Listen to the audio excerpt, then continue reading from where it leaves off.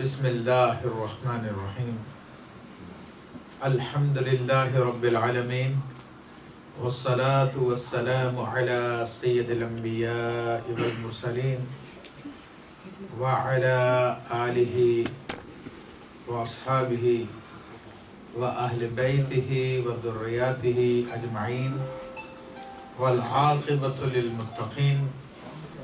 قال اللہ تبارک و تعالی فی کلامہ المجید والفرقان الحمید قد جاءکم من اللہ نور وکتاب مبین.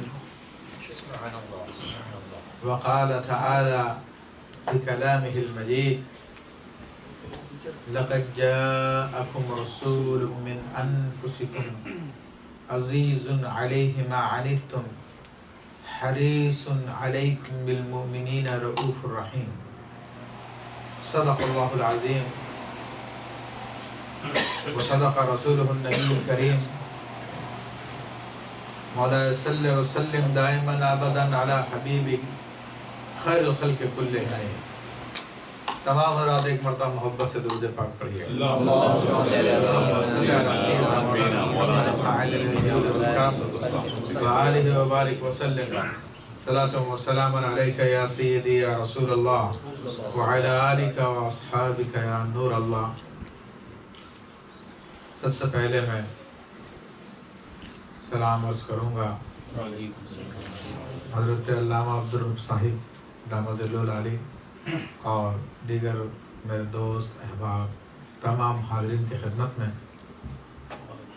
اور مبارکباد کے لائق ہیں جو لوگ اس محفل میں شریک ہوئے کہ یہ محبوب کی محفل ہے اور محبوب کی محفل کو محبوب سجاتے ہیں. ہر ایک نہیں آتا، آتے ہیں وہی جن کو سرکار تو ظاہر سی بات ہے خاص لوگوں کی باتیں عام لوگوں میں نہیں ہوتی. اس کا اہل ہوتا ہے وہ اسی کو بلایا جاتا ہے. تو یہ نبی علیہ الصلوۃ والسلام کے ذکر کی محفل ہے، آپ کی محبت کی محفل ہے. گو کہ ہم لوگوں کو علم نہیں ہے تو اس کا ہمیں ادراک نہیں ہے کہ کتنی عظیم محفل ہے. لیکن بہرحال یہ جو میں نے بات کہی ہے یہ کوئی شاعری یا محاورہ نہیں ہے، ہاں یہ حقیقت ہے. یہ اللہ تبارک و تعالیٰ کے حبیب کی یاد کی محفل ہے، تو اس میں بلائے بھی حبیبی جاتے ہیں. تو الحمدللہ یہاں پر ہم جمع ہوئے اور یہ میلاد النبی صلی اللہ تعالیٰ علیہ وسلم کا عظیم موقع ہے. اس موقع پر دنیا کے چپے چپے میں گوشے گوشے میں بڑے جوش و خروش کے ساتھ محفل میلاد منعقد کیے جاتے ہیں. قرآن مجید فرقان حمید میلاد شریف کے دلائل پیش کرتا ہے، اس کے اوپر ثبوت فراہم کرتا ہے. ویسے تو محفل میلاد کے لیے کسی ثبوت کی ضرورت نہیں ہے، کسی دلیل کی ضرورت نہیں ہے. علماء نے تو انبار لگا دیے دلائل کے. قرآن کی آیتیں موجود ہیں، احادیث موجود ہیں، صحابہ کرام کا طرز عمل موجود ہے، علماء امت کا طرز عمل موجود ہے. ایسے روز روشن کی طرح آیا ہے سب کچھ.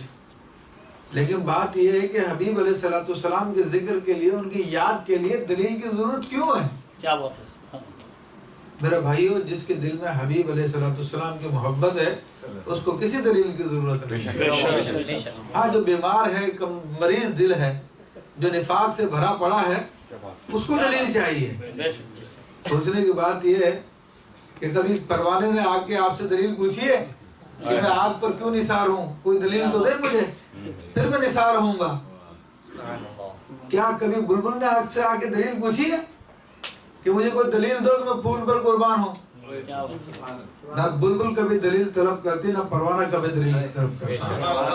ان کا کام محبت کرنا، نثار ہونا. وہ نثار ہوتے ہیں، محبت کرتے ہیں. تو ایسے ہی اہل سنت و جماعت الحمدللہ ان کا کام بھی آقا علیہ الصلوۃ والسلام سے محبت کرنا، ذکر کرنا ہے. ان کو دلیل کی ضرورت نہیں ہے. دلیل کی ضرورت منکروں کو پیش آتی ہے. سوال تو انہی کی طرف سے ہوتا ہے. سرکار دو عالم صلی اللہ تعالی وسلم کے فضائل و کمالات وہ خصائل حمیدہ تو صحابہ کرام کی زبان سے سنیے. غیر ان کے کیا فضائل بیان کریں گے, غیر ان کی کیا صفات کو دیکھیں گے, ان کو کوئی دیکھ ہی نہیں سکتا. دیکھیے یہ واقعہ موجود ہے, روایت میں آیا ایک مرتبہ ابو جہل رسول اللہ صلی اللہ علیہ وسلم کی خدمت میں آیا اور معاذ اللہ آ کے کہنے لگا اے محمد صلی اللہ تعالی علیہ وسلم درود پاک پڑھیے تمام.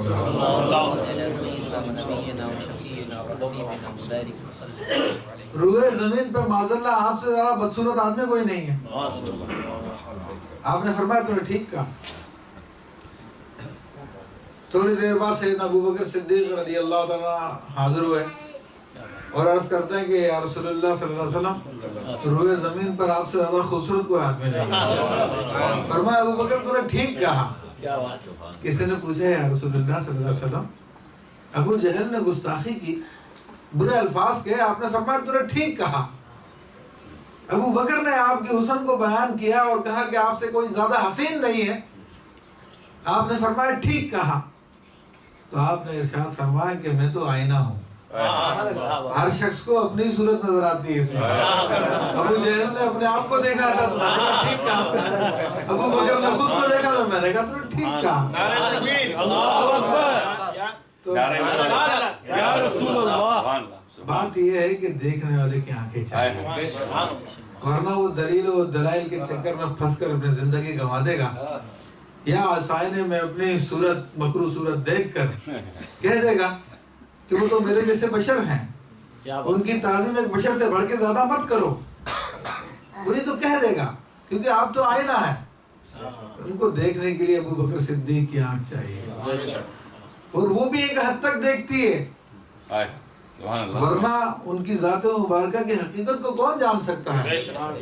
سرکار دو عالم صلی اللہ علیہ وسلم فرماتے ہیں یا ابا بکر لم یعرفنی حقیقتا غیر ربی, اے ابو بکر میری حقیقت کو تو میرے رب کے سوا کسی نے پہچانا ہی نہیں ہے. تو ان کی حقیقت تو ان کا رب جانتا ہے. تو اس لیے رب کریم نے آپ علیہ السلام کے 2 میلادیں بیان کی ہیں قرآن مجید میں, 2 انداز کی میلادیں بیان کی ہیں, کیونکہ آپ علیہ السلام کی حقیقت نور ہے اور آپ علیہ السلام کا ظاہر بشریت ہے.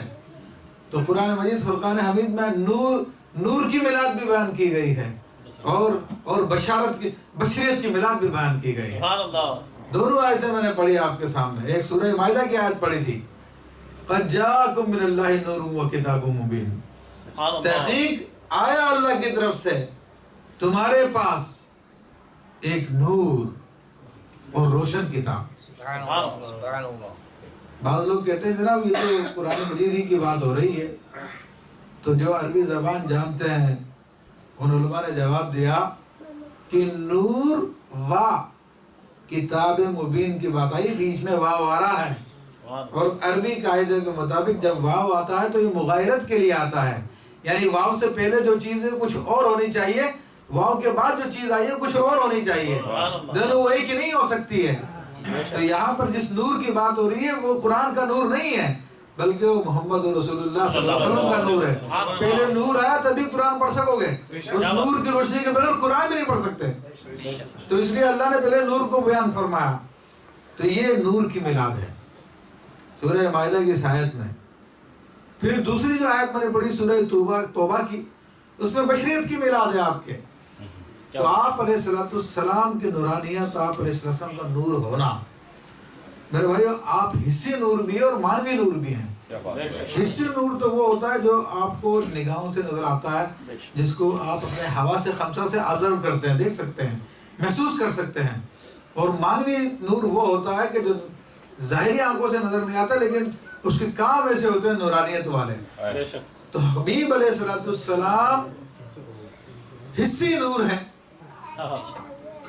کیسے حصی نور ہے؟ اچھا یہ بھی بات میں سمجھا دوں آپ کو. ممکن آپ کے ذہن میں آ رہا ہوگا بھائی جب وہ بشر ہے تو پھر نور کیسے ہو گیا ہے؟ بات یہ ہے کہ چاند کو چمکتا ہوا دیکھتے ہیں, چمک رہا ہے نا, نورانی ہے نا, نور پھوٹ رہا اس سے, وہ تو پتھر کا ہے. کیسے نور آ رہا اس میں سے؟ سمجھ گئے نا کہ ایک چیز میں دونوں باتیں جمع ہو رہی ہیں. سورج کیا ہے؟ سورج بھی پتھروں کا مجموعہ ہے جس میں آگ جل رہی ہے. کیا بات ہے وہ بھی سراپا نور ہے اور پوری دنیا کو نورانی کر رہا ہے. تو یہ سمجھنا کہ بشر ہوا تو نور ہوئے گا ہی نہیں، یہ کم توجہی کی دلیل ہے، ناسمجھی کی دلیل ہے. تو ایسے ہی بلا تشبیہ سرکار دو عالم صلی اللہ تعالیٰ علیہ وآلہ وسلم ظاہر میں بشر ہے، حقیقت میں نور ہے. اور آپ علیہ السلام کے نور کو دیکھنے کے لیے جیسا کہ میں نے عرض کیا، نگاہیں چاہیے صحابہ کرام کی. حضرت علامہ قاضی ایاز مالکی رحمۃ اللہ تعالیٰ علیہ شفا شریف میں آپ نے کئی روایتیں نقل فرمائی جو مختلف احادیث کی کتابوں میں آئی ہیں. مسند احمد بن حنبل میں آئی اور ترمذی شریف میں آئے، دیگر کتابوں میں آئے. صحابہ کرام کے الفاظ دیکھیے. ایک تو اس زبان کو اللہ تعالیٰ آگ میں جلائے جس نے کہا کہ وہ تو ہمارے جیسے ہیں بشر، اور ان کی تعظیم ایک بشر کی سے کرو بلکہ اس میں بھی کمی کرو. اور ایک وہ زبان ہے جو صحابہ کی زبان ہے. حضرت ابو ہریرہ رضی اللہ تعالیٰ عنہ ارشاد فرماتے ہیں کأن الشمس تجری فی وجہہ. حضور علیہ السلام کا چہرہ مبارکہ ایسا نورانی تھا گویا کہ سورج آپ کے چہرے میں تیرتا تھا. سورج نہیں تھا، سورج تیرتا تھا آپ کے چہرے میں. یہ ابو ہریرہ رضی اللہ تعالیٰ کے الفاظ ہیں. حضرت جابر بن سمرہ رضی اللہ تعالیٰ فرماتے ہیں کأنہ قطعۃ الشمس قطعۃ القمر. حضور علیہ السلام کا چہرہ مبارکہ چاند کا ٹکڑا معلوم ہوتا تھا. آپ فرماتے ہیں کہ چاندنی رات تھی، چاندنی رات تھی، 14ویں کا چاند طلوع تھا. سرکار دو عالم صلی اللہ علیہ وسلم نے سرخ دھاری دار حلہ پہنا ہوا تھا. میں نے آپ علیہ ترمذی شریف کی روایت سیاستہ کی، میں نے آپ علیہ السلام کے چہرہ اقدس کو دیکھا. الفاظ ایڈ کر کے بیان کر رہا ہوں، حدیث کے بیانی الفاظ نہیں ہے، تھوڑے سمجھا کر. تو میں نے دیکھا کہ سرکار دو عالم صلی اللہ علیہ وسلم کا چہرہ چمک رہا ہے. چاند کو دیکھا تو چاند بھی چمک رہا ہے. کبھی میں چاند کو دیکھتا ہوں، کبھی آپ کے چہرے کو دیکھتا ہوں. مراد یہ کہ چمک دونوں میں تھی، لیکن میں دیکھتا رہا اور میرے دیکھتے دیکھتے میں نے دیکھا کہ سرکار دو عالم صلی اللہ علیہ وسلم کے چہرے کے نور نے چاند کے نور پہ غلبہ کر لیا. آپ کا نور چاند کے نور پہ غالب آ گیا. تو یہ صحابہ کی زبان ہے، یہ صحابہ کی نگاہیں ہیں جنہوں نے رسول اللہ جن کے دل ایمان سے بھرے ہوئے تھے، جن کے بارے میں اللہ نے گواہیاں دی با ایمان ہونے کی، جن کے بارے میں اللہ فرماتا رضی اللہ عنہ ورضوا عنہ، اللہ ان سے راضی ہوا اور وہ اللہ سے راضی ہوئے. اور وہ مردود کہتا ہے کہ ان کو اپنے جیسا سمجھو اور معاذ اللہ ایک بشر کی جو تعظیم کر دو اس میں بھی کچھ کمی کر دو، معاذ اللہ ثم معاذ اللہ. تو میرے بھائیو، یہ وہ دل ہیں کہ جن کے دلوں میں کفر و نفاق کی بیماری ہے. جو رسول اللہ صلی اللہ علیہ وسلم، یہ وہ لوگ ہیں جو ابو جہل کے نقش قدم پر ہیں کہ جنہوں نے رسول اللہ صلی اللہ علیہ وسلم کے آئینے جیسی صورت میں اپنا عکس دیکھا. اور باقاعدہ حدیث شریف میں یہ بھی آتا ہے، یہ بھی روایت میں الفاظ موجود ہیں کأنہ کالمرآۃ یری فیہ. آپ علیہ السلام کا چہرہ مقدسہ مثل آئینے کے تھا جس میں عکس نظر آتا تھا. یہ بھی موجود ہے الفاظ. قاضی ایاز مالکی رحمۃ اللہ علیہ فرماتے ہیں کہ اذا تبسم یتلألؤ بہ الجدران. جب میرے آقا علیہ السلام مسکراتے تھے تو دیواریں روشن ہو جایا کرتی. وَإِذَا تَكَلَّمَ، اور جب کلام فرماتے تھے رُؤْيَا يَخْرُجُ النُّورُ، تو ایسا لگتا تھا کہ آپ کے دندان مبارکہ کے درمیان سے، یہ دانتوں میں خوبصورتی کی کھڑکی تھی جو اللہ نے بنائی تھی، اس میں سے نور کی شعائیں نکل رہی ہیں. یہ صحابہ کرام کی زبان ہے. اور یہ صرف یہ نہیں کہ محبت میں مبالغہ ہو رہا ہے، ایسا مت سمجھیے گا میرے بھائیو، یہ حقیقت تھی، یہ حقیقت تھی. حضرت بی بی حلیمہ رضی اللہ تعالیٰ کے بارے میں آتا ہے کہ جب نبی علیہ السلام کو اپنے گھر پہ لے آئیں تو ایک دفعہ بنو سعد کی عورتوں نے کہا حلیمہ سعدیہ لگتا تو بڑی امیر ہو گئی ہے، مجھے کیا ہوا بھائی، کس بات کی وجہ سے کہہ رہا ہوں امیر ہو گئی ہو؟ کہا اب تو دن رات تیرے گھر میں چراغ جلتا رہتا ہے، ہم لوگ تو تیل بچاتے ہیں، چراغ رات کو بند کر دیتے ہیں، اور تم ہو کہ ساری رات بتی جلا کے رکھتی ہو، تیل جلا کے چراغ جلا کے رکھتی ہو۔ حلیمہ سعدیہ رضی اللہ عنہا نے فرمایا آؤ میں تمہیں چراغ دکھاؤں۔ وہ عورتوں کو لے گئی اور جا کے سرکار دو عالم صلی اللہ علیہ وسلم کو بچپنے میں دکھایا کہ میرا یہ چراغ ہے، اس کی یہ شان ہے کہ جس کمرے میں اندھیرا ہوتا ہے ہمیں کوئی چیز تلاش کرنی ہوتی ہے، اس بچے کو اٹھا کے لے جاتے ہیں، وہاں پہ روشنی روشنی ہو جاتی ہے۔ یہ کوئی وہ شاعری والی باتیں نہیں ہیں، یہ حقیقت کی باتیں ہیں۔ اور میرے بھائیوں، ام المومنین عائشہ الصدیقہ رضی اللہ تعالیٰ عنہ فرماتی ہیں کنت اخیت، میں گھر میں بیٹھی ہوئی تھی، کوئی چیز سی رہی تھی، شام کا ٹائم تھا، رات کا ٹائم تھا، فانکفت المصباح، چراغ گل ہو گیا اور سوئی میرے ہاتھ سے گر گئی۔ برا جی کی تلاش کرنے کی کوشش کی، اب اندھیرے میں نظر نہیں آتی تھی۔ فدخل رسول اللہ صلی اللہ علیہ وسلم، سرکار دو عالم صلی اللہ تعالی علیہ وسلم تشریف لائے۔ المختصر یہ کہ آپ فرماتی ہیں کہ آپ کے تشریف لانے سے گھر میں روشنی ہو گئی اور میں نے اپنی گری ہوئی سوئی کو دیکھ لیا اور مجھے سوئی مل گئی۔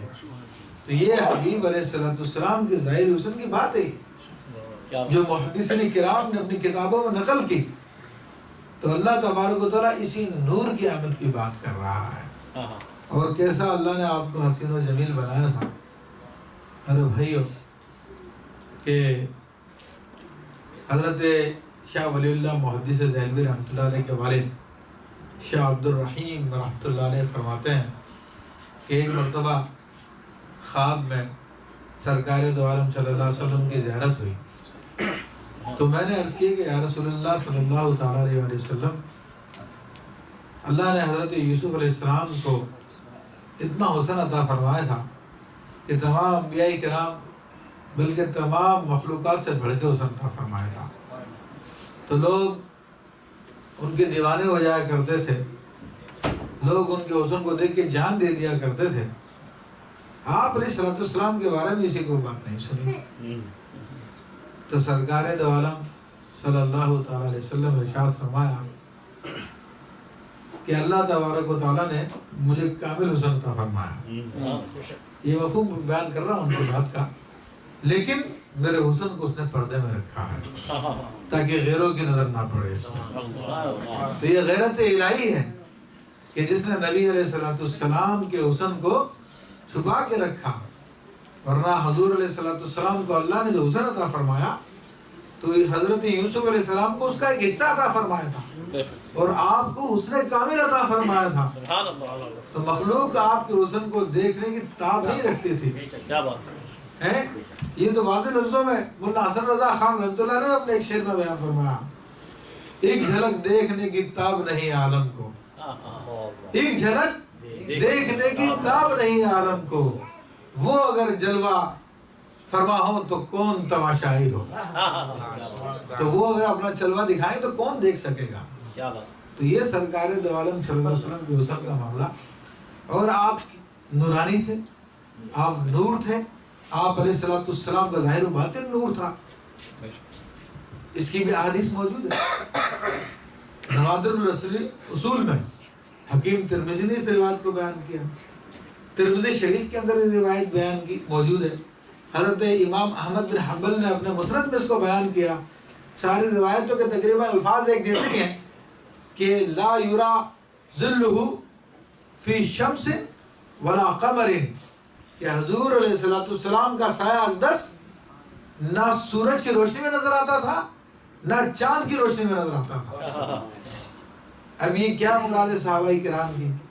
یہ میرے بھائی لائٹ کا اصول بیان کیا ہم لوگوں نے، فزکس میں ایک شعبہ ہے لائٹ کا، تو اس لائٹ کے اصولوں کے مطابق جو آپ کامن سینس کی بات بھی ہے کہ اگر کسی چیز کا نور کثیف ہے تو اس کے مقابلے میں اگر لطیف نور اس کے سامنے رکھا جائے گا تو اس کثیف نور کا جو سایہ بنے گا، اس کا سایہ بنتا ہے۔ اور اگر وہ لطیف ہوگا تو پھر اس کا سایہ نہیں بنے گا. کیا بات. تو سورج کا نور گو کہ بہت لطیف ہے، لیکن میرے آقا علیہ السلام کا نور اس سے بھی زیادہ لطیف ہے، اس لیے آپ کا سایہ مبارکہ نظر نہیں آتا. تو یہ آپ کے نورانی ہونے کی دلیل ہے. ہم بشریت کا انکار نہیں کر رہے. میں آپ کو پہلے بتا چکا ہوں، مثال دے چکا ہوں کہ بشریت کو ہم مانتے ہیں سرکار دو عالم صلی اللہ علیہ وسلم کی. اس کا ہمیں اقرار ہے کہ اللہ تعالیٰ نے حکم دیا، قرآن مجید میں بیان ہوا، انا بشر مثلکم، میں تمہارے مثل بشر ہوں، مگر بشر سے مراد ہم جیسے بشر نہیں ہیں. اور احادیث طیبہ میں اس کی واضح طور پر مبارک فرمائی گئی ہے. یہ کفار کو کہلوایا گیا ہے. کفار اعتراض کرتے تھے کہ نبی تو کوئی فرشتہ ہونا چاہیے، کوئی جن ہونا چاہیے. اللہ نے فرمایا نہیں، آپ ان کو فرمائیں کہ میں جن یا فرشتہ نہیں ہوں، میں انسان ہوں. لیکن انسان ہونے کے باوجود آپ کی حقیقت نور ہے. ہاں، اور اس کے بارے میں مشہور حدیث جابر بھی موجود ہے. حضرت جابر رضی اللہ تعالیٰ عنہ کی مشہور حدیث جسے مصنف عبد الرزاق میں بیان کیا گیا، جس کو علماء نے اپنی کتابوں میں نقل کیا. حضرت ابن حجر اسقلانی، ابن حجر حیثمی، بڑے بڑے علماء نے اس حدیث کو روایت کیا، اور خود اعلیٰ حضرت رحمۃ اللہ تعالیٰ علیہ کے باقاعدہ 5 رسالے ہیں رسول اللہ صلی اللہ علیہ وسلم کی نورانیت پر، جس کے اندر یہ کہ حضرت جابر رضی اللہ تعالیٰ عنہ رسول اللہ صلی اللہ علیہ وسلم سے سوال کرتے ہیں، اخبرنی ان اول شیء خلقہ اللہ یا رسول اللہ صلی اللہ تعالیٰ علیہ وسلم. اے اللہ کے حبیب صلی اللہ علیہ وسلم، مجھے بتائیے کہ اللہ نے سب سے پہلے کس کو پیدا کیا ہے؟ نبی علیہ السلام نے جواب دیا، یا جابر ان اللہ خلق نور نبیک من نور ذاتہ قبل کل شیء، او کما قال علیہ السلام. اے جابر، اللہ نے سب سے پہلے تیرے نبی کے نور کو پیدا کیا اپنی ذات کے نور سے. یہ سب سے پہلی جو مخلوق ہے اللہ تبارک و تعالیٰ کی، وہ بھی سرکار دو عالم صلی اللہ علیہ وسلم کا نور ہے. اور یہ بہت مشہور حدیث ہے. اس کا جو انکار کرے گا وہ تمام ائمہ اسلام کا انکار کرے گا. اور یہ جو مصنف عبد الرزاق جس کی بات کر رہے ہیں، یہ حضرت امام مالک رحمۃ اللہ تعالیٰ علیہ کے یہ بھتیجے ہیں، بلکہ بھتیجے آتے ہیں حضرت امام مالک کے، یا استادوں میں آتے ہیں، اس وقت میرے ذہن سے وہاں ہو گیا. تو یہ باقاعدہ بہت بڑے بزرگ ہیں، اور بڑے بڑے بزرگوں نے اس حدیث کو روایت کیا. تو یہ حدیث کریمہ بتا رہی ہے کہ اللہ تبارک و تعالیٰ کے رسول صلی اللہ علیہ وسلم کی اصل نور ہے. لیکن آنکھ والا تیرے جوبن کا تماشا دیکھا، دیدہ کور کو کیا نظر آئی، کیا دیکھے. جس کی آنکھیں اندھی ہو چکی ہیں وہ آپ کو کیا دیکھے گا؟ وہ دیکھے گا تو اپنے مثل کہے گا. ورنہ جو اولیاء امت ہیں وہ تو اسی نورانیت کے قائل ہیں. حضرت امام شاذلی، ابو الحسن شاذلی رحمۃ اللہ تعالیٰ علیہ کبار اولیاء کرام میں سے ہیں، اور ہندوستان پاکستان میں ان کا تعارف کم ہے، ورنہ عرب و عجم میں ان کو لوگ جانتے ہیں. آپ رحمۃ اللہ تعالیٰ علیہ فرماتے ہیں کہ سیدنا جبریل امین رسول اللہ صلی اللہ علیہ وسلم کی عقل کے نور سے پیدا کیے گئے ہیں. یعنی جبریل امین نور ہے. لیکن امام شاذلی رحمۃ اللہ علیہ فرما رہے ہیں کہ جبریل امین سرکار دو عالم صلی اللہ علیہ وسلم کی عقل کے نور سے پیدا کیے گئے ہیں. اور حضرت میکائیل علیہ السلام، حضرت عزرائیل علیہ السلام اور حضرت اسرافیل علیہ السلام، ان تینوں کے بارے میں فرمایا کہ ایک آپ کے دل کے نور سے پیدا کیے گئے ہیں، ایک آپ کے نفس کے نور سے پیدا کیے گئے ہیں، ایک آپ کے روح کے نور سے پیدا کیے گئے. یہ باقاعدہ امام شاذلی نے بیان کیا. تو جن کو اللہ نے آنکھیں دی انہوں نے دیکھا، اور انہوں نے دیکھا تو اقرار کیا. تو الحمدللہ اللہ کا فضل ہم بھی انہیں اقرار کرنے والے ہیں. احادیث میں تو بہت کچھ موجود ہے لیکن وہ اپنے اپنے وقت کے اعتبار سے ہے, اپنے اپنے ٹائم کے اعتبار سے ہے, اپنی اپنی حکمتوں کے اعتبار سے ہے. جو رسول اللہ صلی اللہ تعالیٰ علیہ وسلم کے معاذ اللہ بڑائی کا انکار کرتا ہے, آپ کے فضل کا انکار کرتا ہے, وہ کہتا ہے کہ محمد صلی اللہ تعالیٰ علیہ وآلہ وسلم تو اپنی بیٹی کی بھی مغفرت نہیں کروا سکتے. دیکھو سیاہ ستہ میں حدیث موجود ہے, اے فاطمہ نیک اعمال کو اپناؤ, میں تمہیں جہنم کی آگ سے نہیں بچاؤں گا. ان کو یہ حدیث نظر آ گئی, مگر ہماری نور و ہماری ایمان والی آنکھیں وہی تو یہ دیکھ رہی ہیں کہ سرکار دو عالم صلی اللہ علیہ وسلم فرما رہے ہیں اے فاطمہ تو جنت کی عورتوں کی سردار ہے. ان ظالموں کی نگاہیں وہیں تک رہ گئی ہیں اور اللہ نے ہمیں ایمان دیا تو ہماری نگاہوں نے دیکھا اے فاطمہ تو جنت کی عورتوں کی سردار ہے. اے حضرت حسین تو مل جائے گا حدیث میں سب کچھ, لیکن ہر ایک کو اپنا اپنا حصہ ملے گا. ہر ایک کو اپنا اپنا, جس کو آگے بھی شفاعت نہیں ملنی اس کو یہاں پہ بھی نہیں نظر آئے گا, جس کو آگے ملنی ہے تو آج بھی کہتا میرے آقا شفاعت فرمائیں. جو جس کو ملنی ہے انشاءاللہ وہ اقرار کرتا جائے گا, جس کو نہیں ملنی وہ یہیں پہ انکار کرتا رہے گا. تو یہ اللہ کا فضل ہے, اللہ نے ہمیں اقرار کرنے والوں میں رکھا, ورنہ آپ علیہ الصلوۃ والسلام کا مقام و مرتبہ اللہ اکبر انبیاء امتی ہونے کی دعائیں کرتے رہے ہیں. انجیل برناباس میں ایک واقعہ یہ بیان موجود ہے کہ سیدنا عیسیٰ علیہ السلام حضور نبی کریم صلی اللہ تعالی علیہ وآلہ وسلم کی تاریخ بیان کرتے تھے. آپ علیہ الصلوۃ والسلام کا نام اپنے حواریوں کو بتاتے تھے. آپ کی بڑی تعریفیں جب بیان ہوئی تو ایک حواری نے عرض کی کہ اے روح اللہ, کیا وہ آنے والی ذات کیا وہ آپ سے بھی افضل ہے؟ یہ تو کہہ رہا ہے کہ اس کی تعظیم ایک بشر کسی کرو, اس میں بھی کمی کرو. زیادہ زیادہ تعظیم کرنی تو گاؤں کے چودھری کی طرح سمجھ لو, معاذ اللہ ثم معاذ اللہ. وہ مردود, اس کی نگاہیں اندھی, وہ نہیں دیکھ سکا, اور جو اندھے ہیں وہ اس کے پیچھے چل رہے ہیں. لیکن ہم تو نور والوں کے ساتھ ہیں. سیدنا عیسیٰ علیہ السلام کی بات میں آپ کو بتا رہا ہوں. عیسیٰ علیہ السلام سے جب ان کے حواری نے پوچھا کہ حضور وہ آنے والے جن کی آپ اتنی تعریفیں کرتے ہیں کہ وہ آپ سے بھی بڑھ کر ہیں.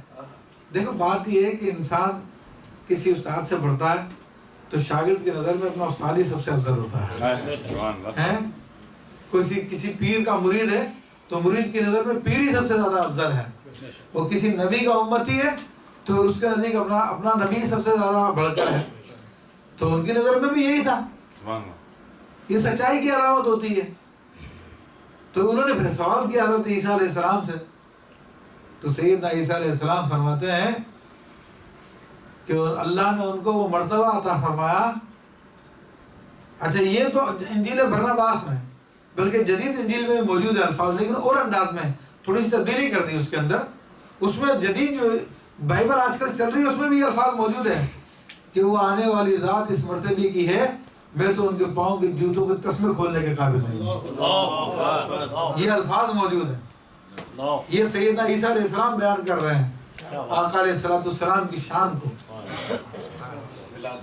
یہ اندازہ کیجیے آپ. وہ کہہ رہا ہے کہ نا بڑے بھائی کا ادب کرو, معاذ اللہ ثم معاذ اللہ, اس میں بھی کمی کر دو. تو بات یہ کہ اللہ تعالیٰ جن کو آنکھیں عطا فرمائی وہی آپ کے نور کو دیکھتے ہیں, غیروں کو وہ نور نظر نہیں آتا. تو یہ جو آیت طیبہ میں نے آپ کے سامنے تلاوت کی, یہ حضور علیہ الصلوۃ والسلام کے نور کی میلاد ہے. جاءکم من اللہ نور و کتاب مبین, کہ آئے اللہ کی طرف سے تمہارے پاس نور اور روشن کتاب. تو یہاں پہ نور کا ذکر نور کی میلاد ہے. اور جہاں تک آپ علیہ الصلوۃ والسلام کی بشریت کا تعلق ہے, آپ کے بشر ہونے کا تعلق ہے, تو اس کی میلاد بھی سورہ توبہ کی آیت طیبہ میں بیان کی, جس میں فرمایا لقد جاءکم رسول من انفسکم عزیز علیہ ما عنتم, تحقیق آئے تمہاری طرف تمہیں میں سے ایک رسول عزیز علیہ ما عنتم، شاق گزرتا ہے ان پر تمہارا مشقت نہ پڑنا. یعنی ہم امتی لوگ اگر تکلیف میں مبتلا ہو جائیں تو حضور علیہ السلام کے لیے وہ تکلیف کا باعث بنتا ہے. جس طرح اولاد کو کوئی تکلیف ہوتی ہے تو ماں باپ کو غم ہوتا ہے، تو اسی سے تشبیہ دیتے ہوئے یہ بیان کیا کہ عزیز علیہ ما عنتم، ان پہ بڑا بھاری گزرتا ہے تمہارا تکلیف میں پڑنا. حریص علیکم، تم پر حریص ہیں وہ. تمہاری حریص کا معنی لالچ ہوتا ہے، تمہاری لالچ رکھتے ہیں وہ کیا لالچ ہے وہ بھی میں عرض کرتا ہوں.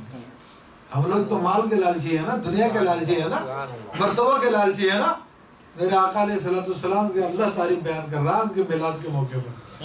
ان کا میلاد بھی بیان کیا، پھر میلاد پہ ہم تعریفیں کرتے تو اللہ بھی تعریف بیان کر رہا. دیکھیں ہم تو اسی سنت پر ہیں کہ جاءکم کہہ کے میلاد کر دیا کہ آئے تمہارے طرف، پھر آگے آپ کی صفات بیان ہو رہی ہے.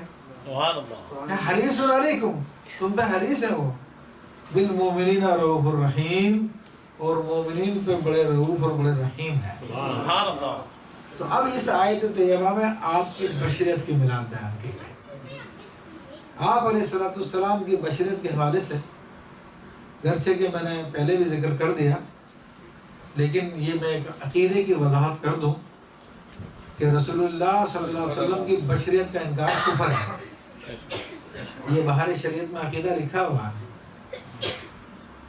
تو بعض مقررین الٹی سیدھی باتیں چھوڑ جاتے ہیں، لیکن یہ عقیدے کی بات آپ کو عرض کر دیا میں نے کہ آپ کا ظاہر بشریت ہے اور آپ کی بشریت کا مطلقاً انکار کر دینا کفر ہے. تو اس کا ہم انکار نہیں کرتے، قرآن پہ ہمارا ایمان ہے، لیکن بشر ہونے کے باوجود آپ نور ہیں اور نورانیت بشریت کے مخالف نہیں ہے. حضرت جبریل علیہ السلام نبی علیہ السلام کی خدمت میں بعض اوقات انسانی شکل میں آتے تھے. حضرت دحیہ کلبی کی صورت میں آیا کرتے تھے، کبھی اجنبی کی صورت میں آیا کرتے تھے، تو اس کے باوجود بھی نور تھے. کیا بات ہے، وہ بشر تھے اس ٹائم جب حاضر خدمت ہوئے، لیکن حقیقت پھر بھی ان کی نور تھی. تو جب وہ بشر کے لباس میں آئے تو ان کا بشریت کا احکام ہے، انہوں نے بشری لباس پہنا ہوا تھا، اور جب وہ اس لباس سے نکلتے تو ان کی حقیقت نور تھی. اور پھر زمانہ سائنس بھی اس بات کو پروو کرتی ہے، سائنس نے بھی اس بات کو مان لیا ہے. دیکھیں مادہ ہے میٹر، یہ نور نہیں ہوتا، سب جانتے ہیں. Matter is not light, it is very clear. Matter کے بارے میں پہلے ایک نظریہ تھا نیوٹن کا، matter can not be created can not be destroyed, کہ میٹر کو نہ پیدا کیا جا سکتا نہ فنا کیا جا سکتا. یہ ایک نظریہ تھا. لیکن اس کے بعد سائنس نے ترقی کی اور پھر آئنسٹائن کا زمانہ آیا. آئنسٹائن نے باقاعدہ تجربے کیے اور تجربات کرنے کے بعد اس نے پروو کیا matter can be converted into light, light can be converted into matter. باقاعدہ یہ ایکسپیرینس کر کے اس نے یہ بتایا. اور یہ اور کوئی سائنسی کتاب نہیں، تو آپ انسائکلوپیڈیا برٹانیکا دیکھیں گے تو اس کے اندر بھی یہ پوری کی پوری تھیوری اور پورا اس کا لا، یہ سارا کا سارا بیان کیا ہوا تفصیل کے ساتھ. تو پہلے تو یہ بات سمجھ میں نہیں آتی تھی کہ نور مادہ کس طرح ہوتا ہے اور مادہ نور کس طرح بن سکتا ہے. لیکن احادیث میں تو موجود ہے کہ جو نوریوں کے سردار ہیں جبریل امین، وہ حاضر ہوتے ہیں تو مادے کی صورت میں حاضر ہو رہے ہیں، پھر وہ واپس اپنی نورانی صورت پہ چلے جایا کرتے تھے. تو یہ سائنس آج پروو کر رہی ہے. تو سائنس جو پروو کر رہی ہے وہ یہی پروو کر رہی ہے، بالآخر اب اس نتیجے میں پہنچ گئی کہ میٹر کو جب ڈسٹرائے کیا، ایٹم کو جب ڈسٹرائے کیا جاتا ہے تو پھر آخر میں اس کے نور ہی نکلتا ہے، یعنی اس کی حقیقت نور ہی آخر میں. کیا بات. تو آج تو سائنس نے یہ بیان دیا تو سب کے بارے میں ماننے کے لیے تیار ہے. اور آقا علیہ السلام کے بارے میں بیان کیا جائے تو گلے میں اچھو لگ جاتا ہے، تکلیف ہو جاتی ہے کہ یہ تو ہم نے کیسی بات کر دی بے عقلی کی. اب سائنس نے کہا تو اب ہر چیز کو ماننے کے لیے تیار ہو جائے گا. ارے مومن تو جب تھا جب تو بغیر دیکھے مانتا ہے, اب دیکھ کے مانا تو کیا مومن. یہ بھی بات موجود ہے کہ جب فرشتے آ جائیں جان نکالنے کو, پھر اگر کہے کہ میں ایمان لے آیا تو ایمان مقبول نہیں ہے. فرعون نے کہا تھا اس وقت جب وہ ڈوب رہا تھا, مر رہا تھا, فرشتے روح لینے کے لیے آ گئے تھے اس کی, تو کہا کہ آمنت برب ہارون و موسیٰ, کہ میں موسیٰ اور ہارون علیہ السلام کے رب پہ ایمان لے آیا. تو اس وقت کا ایمان مقبول نہیں ہے, غرغرے کا ایمان. ایمان تو بالغیب ہے. اب سائنس نے بولا تو مان رہا ہے, تو تیرے دل میں محبت نہیں ہے, تو سائنس کا عقیدت مند ہے. ہمیں تو آقا سے محبت تھی, جب سائنس نے نہیں بتایا تب بھی مانتے تھے, اور آج بھی مان رہے ہیں الحمدللہ. تو یہ سرکار دو عالم صلی اللہ علیہ وسلم کی حقیقت نور ظاہر بشریت ہے, مگر بشریت بھی ایسی ویسی نہیں ہے.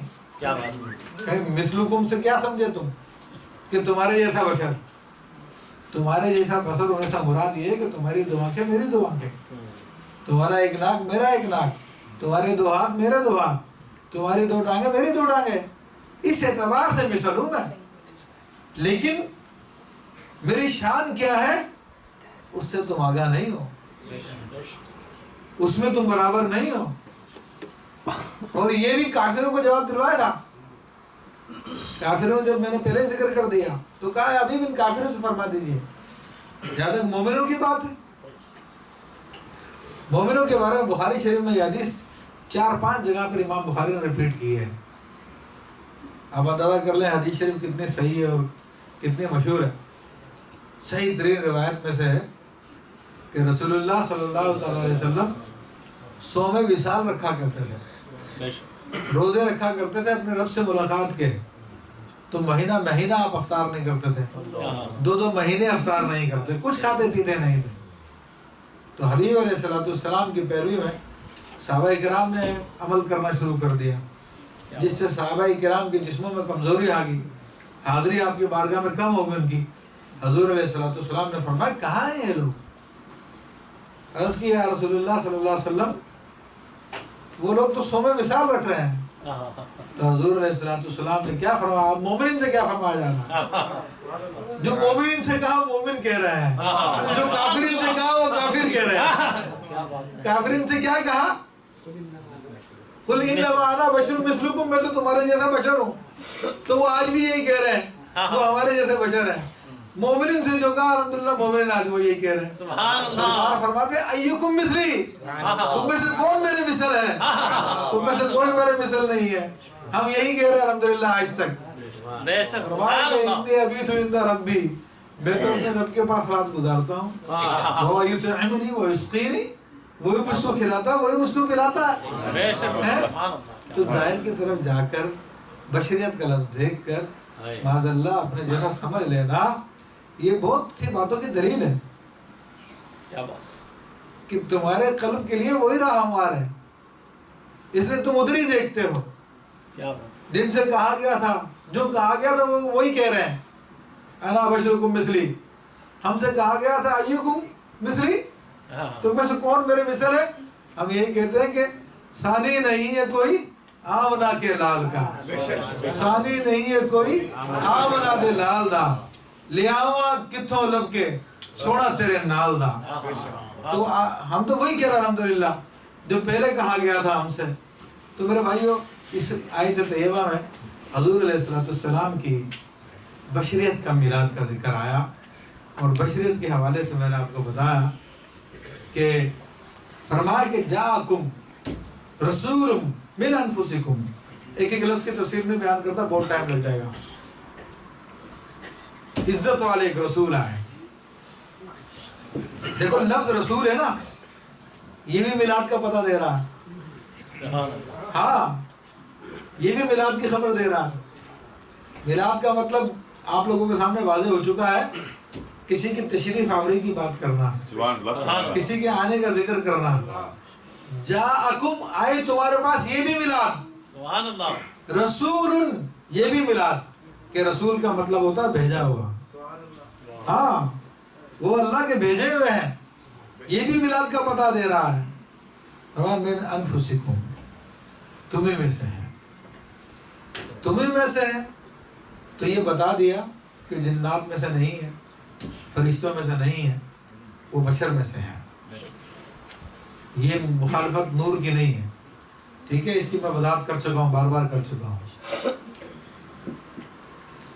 اور اس کی ایک قرات میں من فے کے زبر کے ساتھ بھی ہے، فے کے پیش کے ساتھ تمہیں میں سے ہے، تمہاری جانوں میں سے.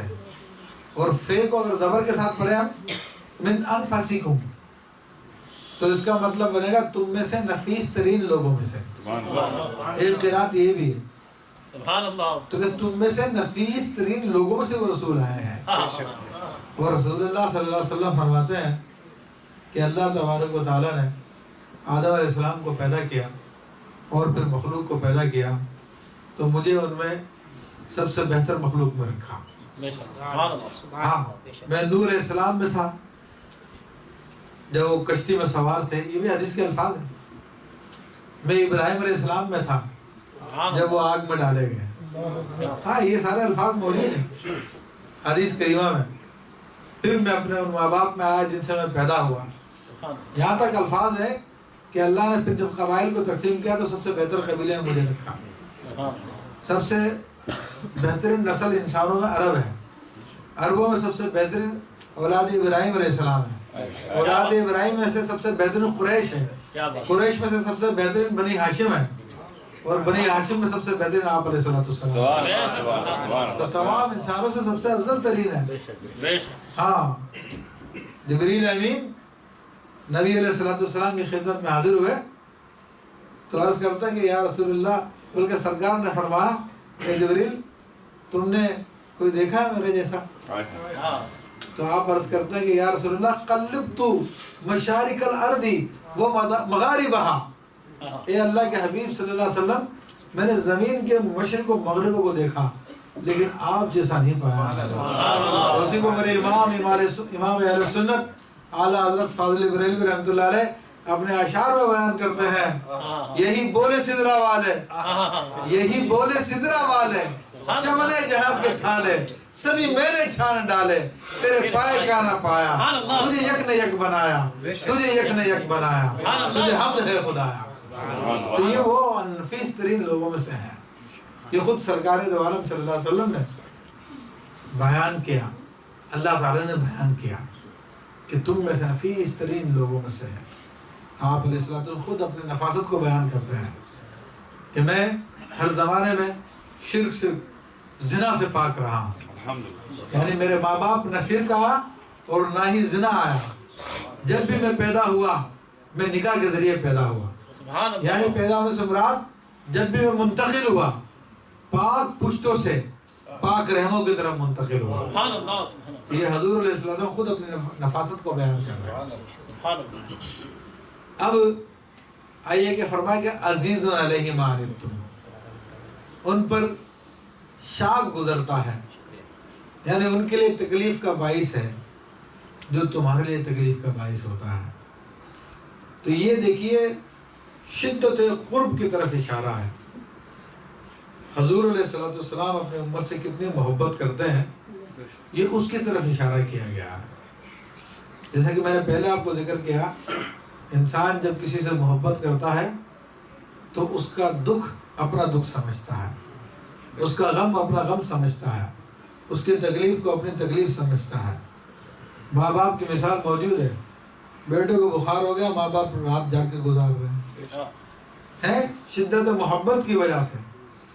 اور سرکار دو عالم صلی اللہ علیہ وسلم کی شدت محبت تو اللہ تعالیٰ بیان فرما رہا ہے کہ حریص عزیز علیہ ما عنتم، جو تم پر تمہارے لیے تکلیف کا باعث ہے وہ ان پہ شاق گزرتا ہے. کتنی محبت ہے میرے بھائیوں، اللہ اکبر، اس کا ہم اندازہ نہیں کر سکتے. سرکار دو عالم صلی اللہ علیہ وسلم فرماتے ہیں کہ جو تم میں سے کسی کا قرض ہے وہ میرے ذمہ ہے، میں ادا کروں گا. اگر مال چھوڑ کے مرا تو وہ اپنے وارثوں میں تقسیم کر دے. آپ اندازہ کر لیجئے کہ یہ محبت کی بات ہے. آقا علیہ السلام اپنی امت سے اتنے محبت فرماتے ہیں. اور کتنی روایات موجود ہیں جن میں سرکار دو عالم صلی اللہ علیہ وسلم نے اپنی امت سے محبت کو جتایا. اور وہ جو حدیث شریف میں آتا ہے کہ جب یہ آیت طیبہ نازل ہوئی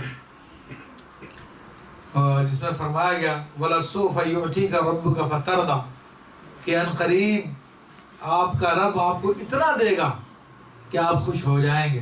اب ہم سے کوئی کہے کہ بھئی آپ کو اتنا ملے گا آپ کے رئیس کی طرف سے، سیٹ کی طرف سے، یا خدا کی طرف سے تمہیں اتنا ملے گا آپ خوش ہو جائیں گے، تو ہم تو بڑے بڑے محلات کے خواب دیکھنا شروع کر دیں گے اور بڑے بڑی بادشاہتوں کو سوچنا شروع کر دیں گے.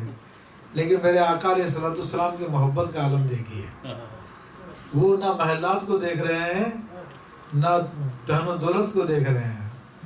جیسے آیت طیبہ نازل ہوئی وَلَسَوْفَ يُؤْتِيكَ رَبُّكَ فَتَرْضَىٰ، اے حبیب علیہ السلام آپ کا رب ان قریب آپ کو اتنا دے گا کہ آپ راضی ہو جائیں گے.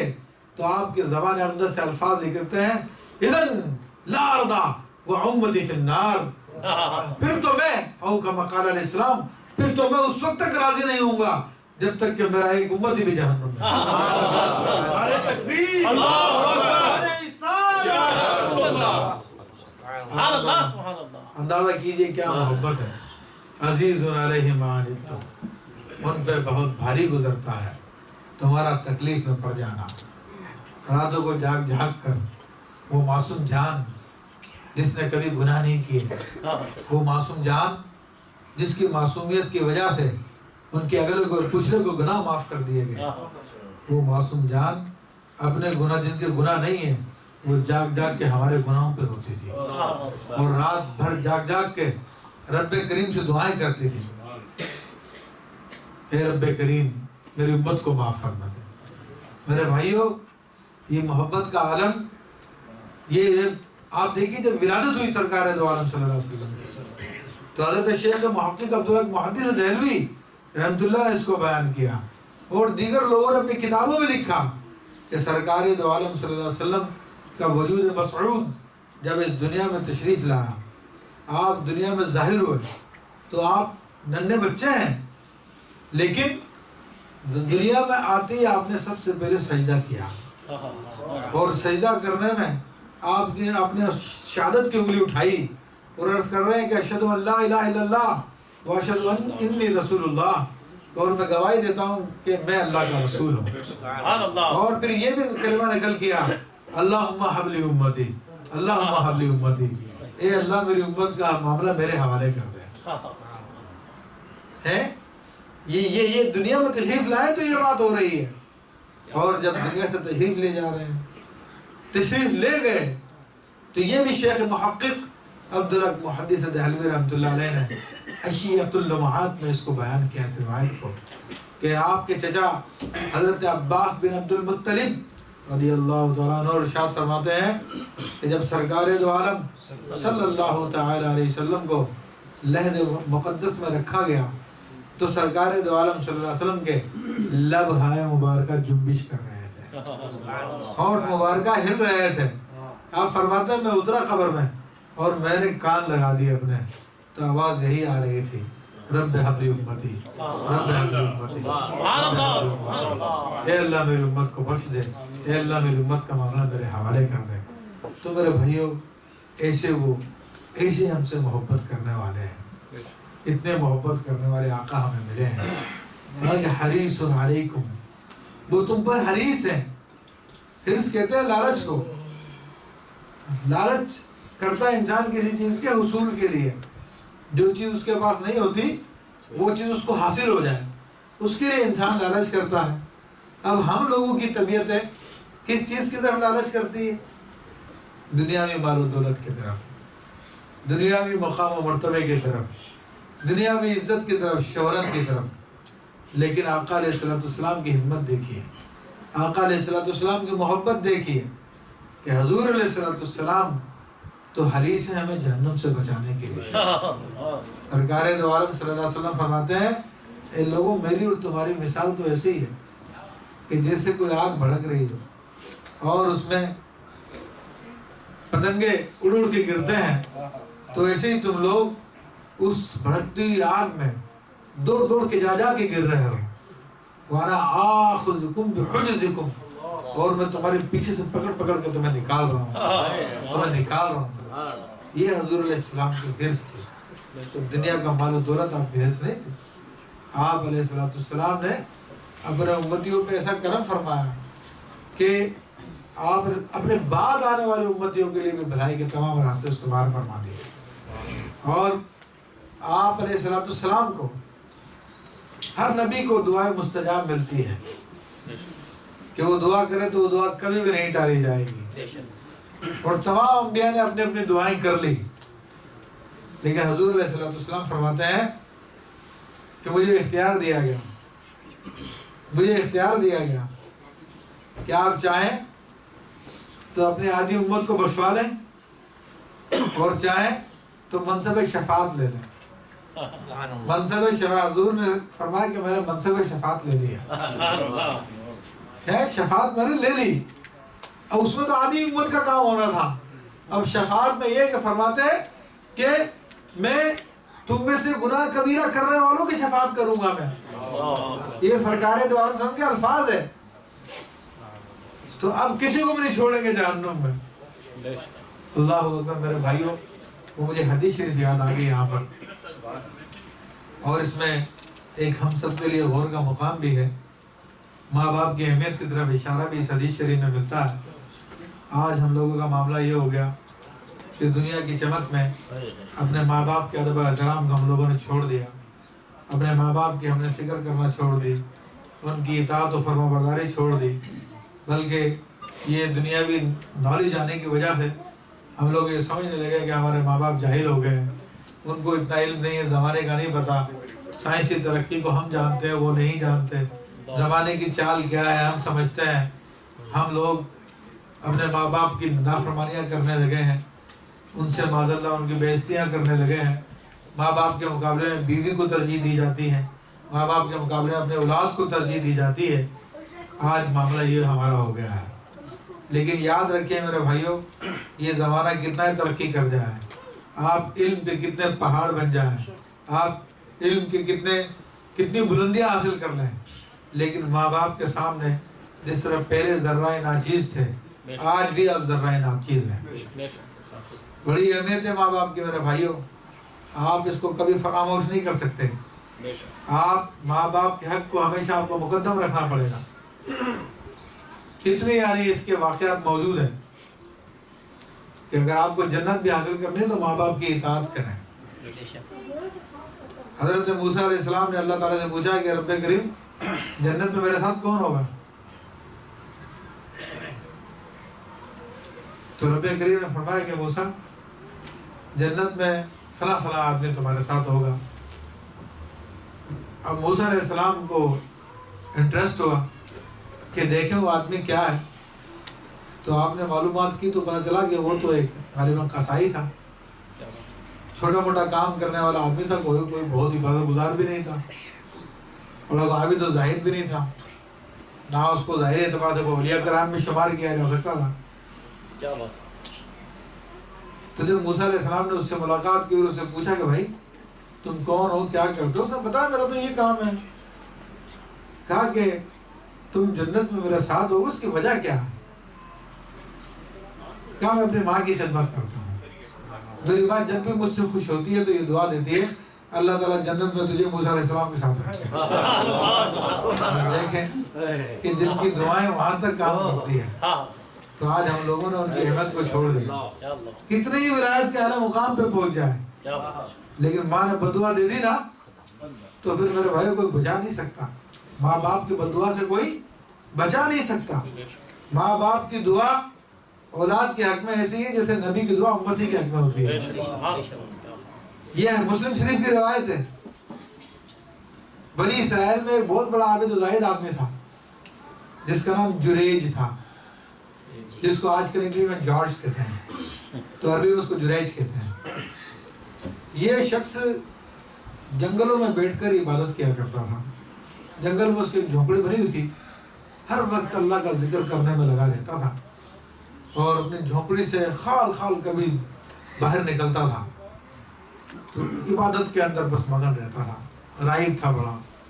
ایک مرتبہ اس کی ماں ملنے کے لیے آئی جھونپڑی کے باہر کھڑے ہو کر جریج جریج کی آوازیں لگاتی رہی. اب جریج نے سوچا کہ میں اٹھ کے جاؤں گا تو عبادت میری ڈسٹرب ہو جائے گی, تو وہ نہیں نکلا وہاں سے. ماں آوازیں لگاتی رہی مگر وہ نہیں نکلا.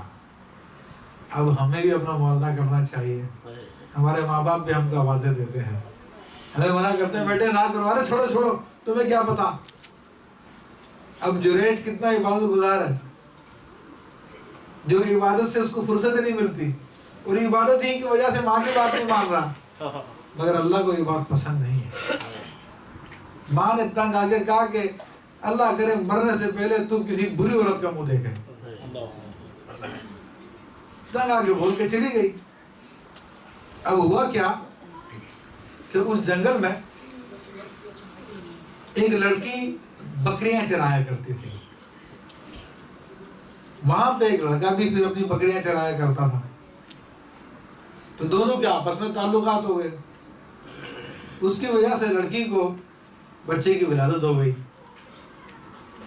اب دونوں محبت کرتے تھے. لڑکی سے جب پوچھا گیا کہ بھئی بچہ کس کا ہے, تو اس نے اپنے محبوب کو بچانے کے لیے جھوٹ بولا یہ جریج کا بچہ, یہ جریج کا بچہ.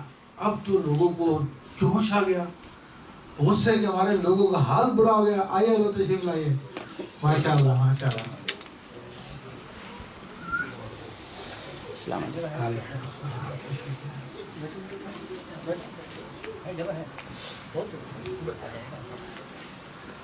لوگوں کو غصہ آ گیا کہ ہم تو اس کو بڑا عابد و زاہد سمجھتے تھے, یہ تو بڑا مطلب کہ مکار آدمی نکلا ہے, ہمیں دکھاتا کچھ ہے اور کرتا کچھ ہے, زانی ہے, گناہگار ہے یہ. لوگوں نے اس کو جھونپڑی کو توڑ دیا, اس کی پٹائی کی. انہوں نے کہا خدا کے واسطے میری بات تو سنو, تم بلا وجہ میری بات کو سننے کے لیے تیار نہیں. جب ٹھیک ٹھاک پٹائی وٹائی لگا دی تو پھر سنی اس کی بات. کہا کہ میں اس کا باپ نہیں ہوں. کہا کیا گواہی ہے تم اس کے باپ نہیں ہو؟ اب ولایت میں اس کا مقام بھی دیکھ لو آپ کو. کہا بچہ اور لڑکی لاؤ میرے سامنے. لڑکی کے ساتھ بچے کو لایا گیا. کہا بچے تو گواہی دے تیرا باپ کون ہے. بچہ بولتا ہے کہ میرا باپ فلاں فلاں گڈریا جو اسی جنگل میں بکریاں چلانا. اب اتنا کرامت والا آدمی تھا, لیکن ماں کی بددعا کی وجہ سے کس حال کو پہنچا. بہرحال پھر لوگوں نے وہی جھونپڑی اس کی سونے کی بنا دی. پہلے جو گھاس پھوس کی جھونپڑی توڑ دی غصے میں, جب اس کی کرامت دیکھی تو سونے میں بنا دی. سب کچھ ہو گیا, مگر ماں نے جو بات زبان سے نکالی تھی وہ پوری ہو کے رہی کہ تجھے بدکار عورت کا منہ تجھے دیکھنا پڑے گا. تو میرے بھائیو, یہ اتنی اہمیت ہے. سرکار دو عالم صلی اللہ علیہ وسلم ہم سب کو جہنم سے نکالیں گے. جتنے گناہگار امتی ان کو نکالیں گے, مگر بعض وہ ہوں گے جو ماں باپ کے نافرمان ہوں گے, اور جہنم کے نچلے ترین طبقے میں ہوں گے. سب کو نکال لیا جائے گا, وہی رہ جائیں گے. اور وہ اللہ تعالیٰ کو پکار رہے ہوں گے, یا حنان یا منان, یا حنان یا منان. یہ اللہ کے بڑے عظیم اسماء اعظم میں کہلاتے ہیں. تو پکار لے کے اللہ تعالیٰ نہیں سنے گا ان کو. سرکار دو عالم صلی اللہ علیہ وسلم ان کے پاس جائیں گے, وہ عرض کریں گے یا رسول اللہ ہمیں نکالیے. سرکار دو عالم صلی اللہ علیہ وسلم اللہ کی بارگاہ میں شفاعت کریں گے. اللہ فرمائے گا حبیب یہ اپنے ماں باپ کے مجرم ہیں, ان کے ماں باپ اگر معاف کریں تو ان کو معافی ملے گی, ورنہ نہیں ملے گی. سرکار دو عالم صلی اللہ تعالی علیہ وآلہ وسلم اب ان کے ماں باپ کی طرف تشریف لائیں گے. حریص علیکم کی تفسیر بیان کر رہا ہوں کہ تمہارے بارے میں کیسے حریص ہیں. وہ ان کے ماں باپ کے پاس تشریف لائیں گے, ان سے کہیں گے تمہارے بچے جہنم میں چل رہے ہیں, بہت تکلیف میں ہیں, تو تم انہیں معاف کر دو تاکہ جہنم سے نکل جائے. نہیں ہم انہیں معاف نہیں کریں گے, انہیں زندگی میں بڑی تکلیف پہنچائی ہے, بڑی نافرمانیاں کی ان لوگوں نے, ہم معاف نہیں کریں گے. اب دیکھیے سرکار دو عالم صلی اللہ علیہ وسلم جب دیکھیں گے کہ یہ ماں باپ معاف کرنے کے لیے تیار نہیں ہے, تو آپ فرمائیں گے تم خود دیکھو تمہاری اولاد کیسی ہے, کس حال میں. تو آپ علیہ السلام پردے ہٹا دیں گے. جب پردے ہٹائیں گے تو ماں باپ ڈائریکٹ اپنے اولادوں کو دیکھ رہے ہوں گے, جہنم میں آگ میں جلتا بھنتا کباب ہوتا ہوا دیکھ رہے ہوں گے. تو ان کے دل پھر پسیج جائیں گے, پھر وہ بھی معاف کر دیں گے. تو سرکار دو عالم صلی اللہ علیہ وسلم ان کو بھی جہنم سے نکال دیں. سبحان اللہ. تو اب یہ دیکھیں حریص علیکم تم پہ حریص ہو. بالمومنین رؤوف الرحیم اور مومنین پہ رؤوف الرحیم ہے. اس کی تفسیر بیان کروں تو اور پھر ٹائم ہو جائے گا. کافی ٹائم میں نے لے لیا. بہرحال مختصر یہ کہ ادھر رحمت للعالمین ہے اور وہ عام رحمت ہے سب کے لیے. لیکن مومن کے لیے یہ جو فرمایا بالمومنین رؤوف الرحیم یہ رحمت خاصہ کا ذکر ہو رہا ہے. یہ خاص رحمت ہے جو صرف مومنین کے لیے. اس میں کسی کافرین کا حصہ نہیں ہے. عمومی رحمت میں سب کا حصہ ہے لیکن یہ خاص رحمت مومنین کے لیے. تو اللہ تبارک و تعالیٰ نے میرے بھائیوں قرآن مجید فرقان حمید میں دونوں ہی میلادیں بیان کر دی. نور کی میلاد بھی بیان کر دی, آپ کی بشریت کی میلاد بھی بیان کر دی. اور الحمدللہ یہ اللہ نے ہم پر فضل فرمایا, کرم فرمایا کہ ہمیں اس سعادت کے لیے چن لیا کہ آپ ان کی میلاد کو سن رہے ہو اور میں ان کی میلاد کو بیان کر رہا ہوں. اللہ تعالیٰ اس فضل کو جاری و ساری رکھے اور اپنے حبیب علیہ السلام کے طفیل ایسی مقدس محافل ہمیں منعقد کرنے کی توفیق عطا فرماتا رہے اور شرکت ہونے کی شریک ہونے کی توفیق عطا فرماتا رہے. آمین. بجائے نبی. آئیے حضرت, آئیے تشریف بھائی.